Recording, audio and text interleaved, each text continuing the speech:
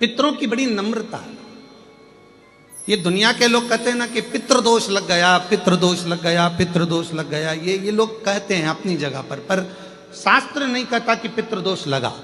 शास्त्र कहता है कि हमारे घर के पितर, हमारे घर के पूर्वज हमको देखकर हमेशा खुश होते हैं, कभी बद्दुआ नहीं देते हैं, कभी बद्दुआ नहीं देते। पर घर के बच्चों का एक नियम होना चाहिए, घर के बुजुर्गों का, घर के रहने वाले व्यक्ति का, घर में रहने वाला एक एक व्यक्ति का ये नियम होना चाहिए कि 16 श्राद्ध जब आए तो उन 16 श्राद्ध में आप अपने पूर्वजों को धन्यवाद दो, प्रणाम करो, नमन करो, दान करो, पुण्य करो।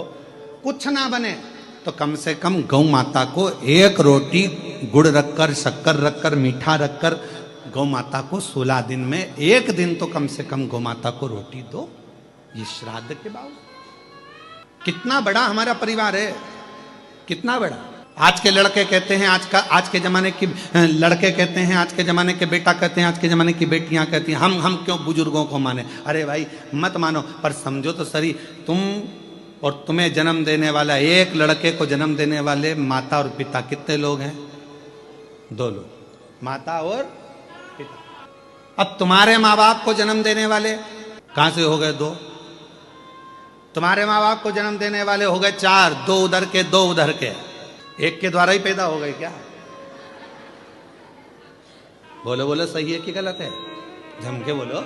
उधर जैसे पत्नी है तो इसके माँ बाप, तभी तो पत्नी हुई है, फिर पति, इसके माँ बाप, तो 2 के कितने हो गए? 4। अब उनके दादाजी के निकालो तो दादा के कितने हो गए? 8। उधर के, इधर के, ऐसे अंदाजा लगाओ 7 पीढ़ी का, ऐसे अंदाजा लगाओ 7 पीढ़ी का।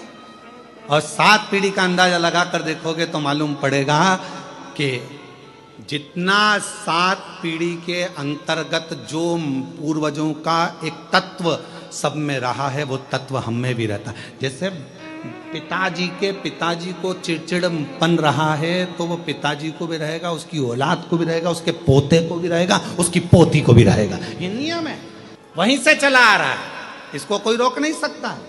अब इसको तुम सोचो, पत्नी सोचे मैं अपने पति का चिड़चिड़पन खत्म कर दूं, या पति सोचे मैं अपनी पत्नी का चिड़चिड़पन खत्म कर दूं, तो नहीं हो सकता। ये पूर्व का चला आ रहा है, 7 पीढ़ी का।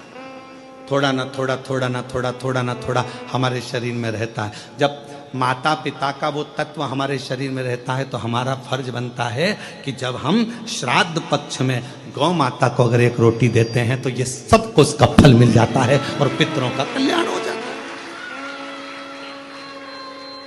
अब हम तो साधारण भाषा में, सजता में, हम क्यों माने? मत मानो, हमें क्या करना? आग लगे बस्ती में, अपन रहे मस्ती में, क्या किसको रोई है चादर तान के। हम क्यों माने, हमें क्या करना? मत करो। वो क्या बोलते हैं, आई डोंट माइंड, हमें क्या करना, क्या मतलब तुम्हारा मन हो जो करिए।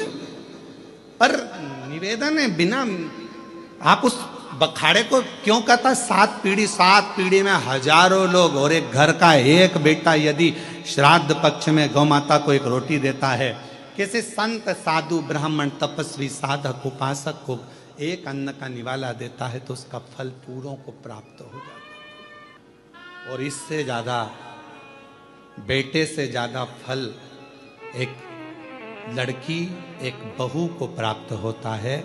जब एक लड़की अपनी बहू बनकर आती है, जाती है, तो वो अपने मायके को भी और अपने ससुराल को भी पार करती चली जाती, दोनों की साथ साथ।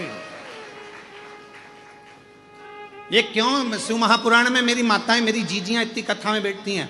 हमसे लोग कहते हैं तुम्हारी कथा में सबसे ज्यादा महिलाएं आती हैं, तो भाई के प्रति उनका प्रेम है, मेरी बहन है, उनकी प्रियता है। तो कहा आपकी कथा में सबसे ज्यादा महिलाएं जाती हैं, सबसे ज्यादा महिलाएं, तो उनका प्रेम है, मेरी जीजियां हैं, मेरी बहनें, प्रेम है उनका, और उनका आना जरूरी है।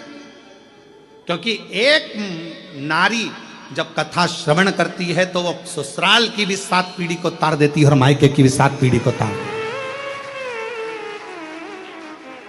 ये इसने